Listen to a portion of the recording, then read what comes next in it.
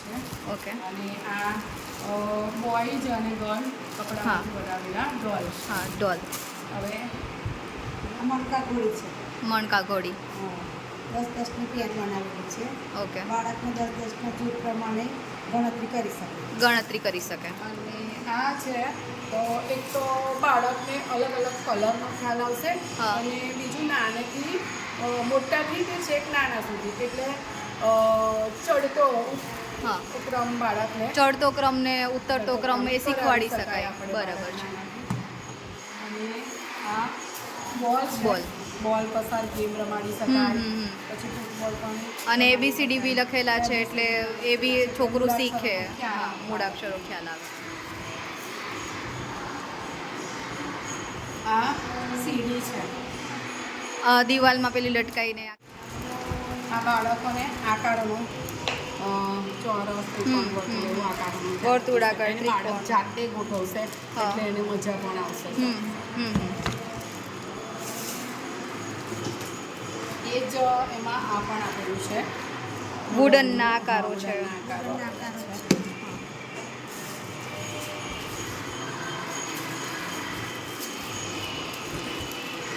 ડમરું આપેલું છે. હા.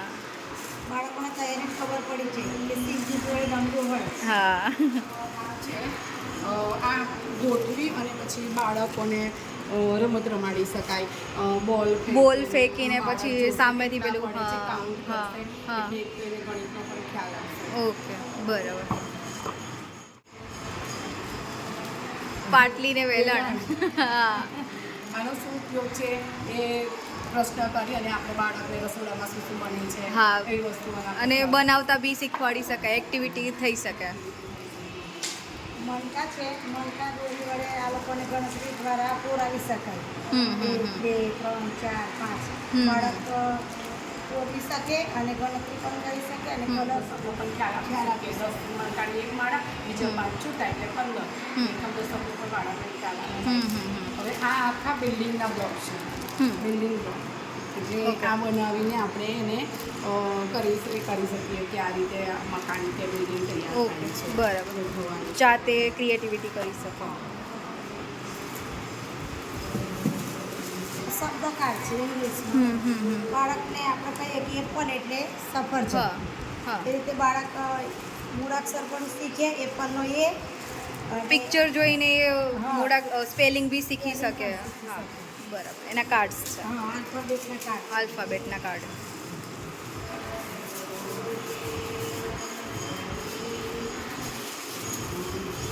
આ છે પઝલ છે. આપણે એના ગોઠવવાનું છે એટલે એ આખું ચિત્ર બનશે એવું છે.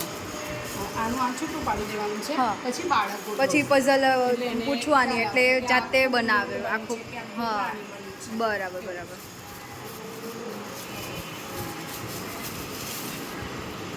અને આ રીતે એના નામ છે બધા. ચિત્ર સાથેના હિન્દીમાં નામ છે.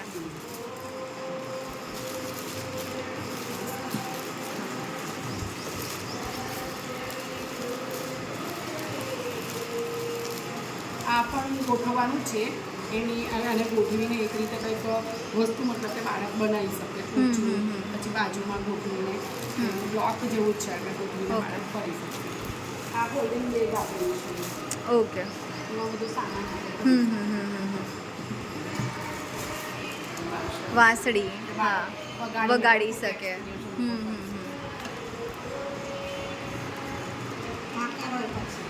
ઓકે. ઓકે.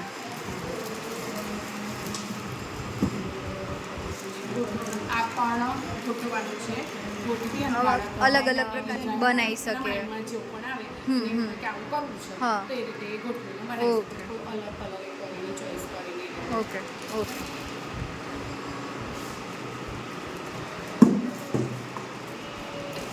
અને આ આલ્ફાબેટ છે. પેલી લાકડીથી એ ઘૂંટી શકે. પેલા છે એટલે બાળક આંગળીથી એમ ફેરવી અને ટેરવાથી એને ફેરવી શકે. અનુભવ કરી શકે. આ રીતે લખાશે એમ આપણે એને આમ કહીએ કે આમ કરીને આમ કર એટલે બાળક એ રીતે કરી શકે. અને આ સ્ટીકથી બી કરી શકે. સ્ટીકથી પણ કરી શકે. ઓકે.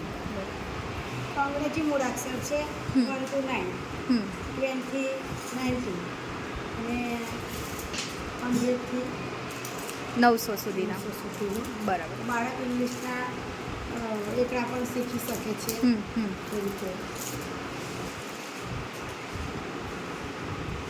બનાવે છે. આમાં દોરી ફરવીને પણ ડિઝાઇન બનાવી શકે લોકો. ઓકે.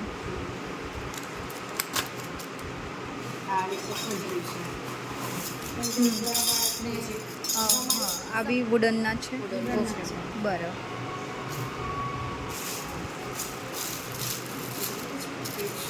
હા. આના દ્વારા આપણે આ રીતે ફરીને બાળકને અને કઠપુતલીનું પેલું કરાવી શકીએ આપણે. હા હાલના છોકરાઓને તો કઠપુતલી વિશે ખબર ના હોય પણ આવી રીતે શીખવાડી શકાય. હા સ્ટોરી ટેલિંગ થઈ શકે. હા બીજું પણ એ છે એવું. હા અમારે બરાબર. છે આગળ. એક આ માય ફિલી બેગ.